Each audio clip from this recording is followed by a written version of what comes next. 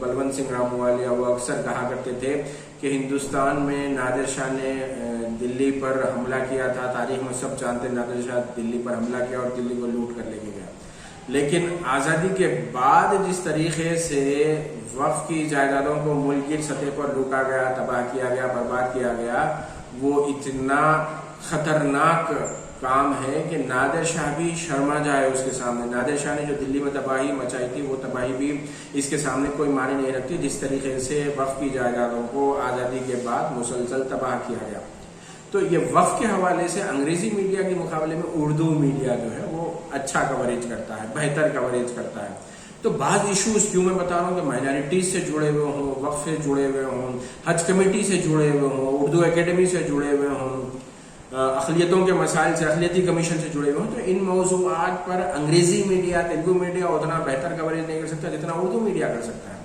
تو کیا ان ایشوز پر میں تو یہ مانتا ہوں کہ اگر آپ چاہت رکھتے ہیں تو آپ ان موضوعات پر بھی انویسٹیگیٹو جرنلزم کر سکتے ہیں جن موضوعات پر انگریزی میڈیا میں ہو رہا ہے. ہاں، مسائل کی قلت، وسائل کی قلت کا سب سے بڑا ذکر آتا ہے، محدود وسائل ہے، لیکن محدود وسائل میں بھی یہ وہ موضوعات ہیں جن پر اردو میڈیا مہارت رکھتا ہے کوریج کے لیے. تو ایسے پس منظر میں کیا ان میدانوں میں بھی اردو میڈیا کوئی انویسٹیگیٹو رپورٹنگ نہیں کر سکتا ہے؟ یہ سوچنا ہوگا، اور میرے حساب سے کر سکتا ہے. بہت سارے نام ایسے ہیں، بہت سارے صحافی ایسے ہیں جنہوں نے اپنے کیریئر کا آغاز تو اردو میڈیا سے کیا تھا. شہر حیدرآباد میں عمر فاروق صاحب کا جو ہے نام لیا جاتا ہے کہ انہوں نے اپنے کیریئر کا آغاز اردو اخبارات سے کیا تھا، بعد میں وہ انگریزی اخبارات کا رخ کیا. پائنیئر جیسے اخبار کے لیے وہ حیدرآباد سے رپورٹنگ کرنے لگے. انہوں نے پھر BBC کے لیے حیدرآباد سے پورے ساؤتھ انڈیا سے جو رپورٹنگ کا کام کیا. ایسے نہیں کہ وہ صرف اردو کے لیے رپورٹ کرتے تھے بلکہ BBC ہندی کے لیے بھی وہ رپورٹ کرتے تھے. تو ان کو جو زبانیں آتی تھی وہ ان کی مہارت بنی. وہ اردو جانتے تھے، وہ انگریزی جانتے تھے، وہ ہندی جانتے تھے. تو اگر اردو کا صحافی بھی، اردو کا طالب علم بھی اگر اپنی صلاحیتیں نکھارے، مختلف زبانوں پر عبور حاصل کرے، مختلف موضوعات پر ہوم ورک کرے، تو یقیناً وہ انویسٹیگیٹو رپورٹنگ بھی کر سکتا ہے.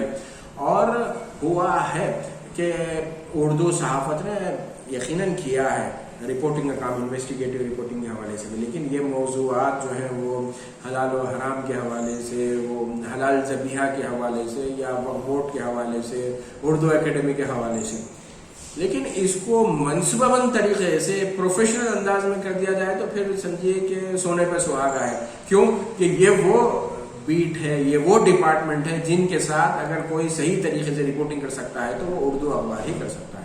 تو اس میں گنجائش ہے کہ انویسٹیگیٹو رپورٹنگ کے لیے آپ کو ضروری نہیں کہ کوئی ہڈن کیمرہ ہی ہو. ہم بتا چکے آپ کو، آپ RTI جیسے قانون کا استعمال کر سکتے ہیں، آپ شروعات کر سکتے ہیں، آپ اپنے دماغ کا استعمال کر سکتے ہیں، ذہن کا استعمال کر سکتے ہیں، اور بالکل انویسٹیگیٹو رپورٹنگ کے لیے جو سو آپ کوشش کر سکتے ہیں. جیسے میں ایک مثال دوں گا کہ جس وقت ہم بطور رپورٹر کارگزار تھے، اس وقت ہوا یہ تھا کہ اس وقت اخبار میں ایک شکایت آئی تھی. شکایت میں یہ کہا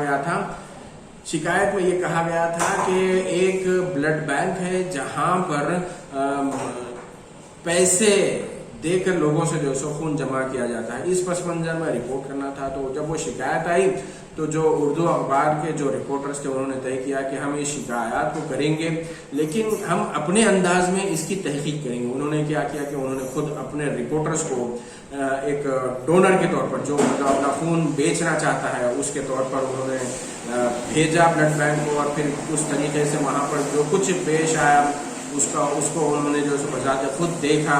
پھر اپنے رپورٹر کی زبانی جب انہوں نے اس کی اخبار میں رپورٹنگ کی تو اس کا نتیجہ یہ نکلا کہ جو محکمہ صحت ہے جو اجازت دیتا ہے بلڈ بینکس کو چلانے کے لیے، وہ حرکت میں آیا، اور پھر ان لوگوں نے وہ ایسے بلڈ بینک کا لائسنس منسوخ کر دیا جہاں پر پیسے لے کر اور سارے قواعد و ضوابط کو نظر انداز کرتے ہوئے لوگوں سے خون جمع کیا جا رہا تھا.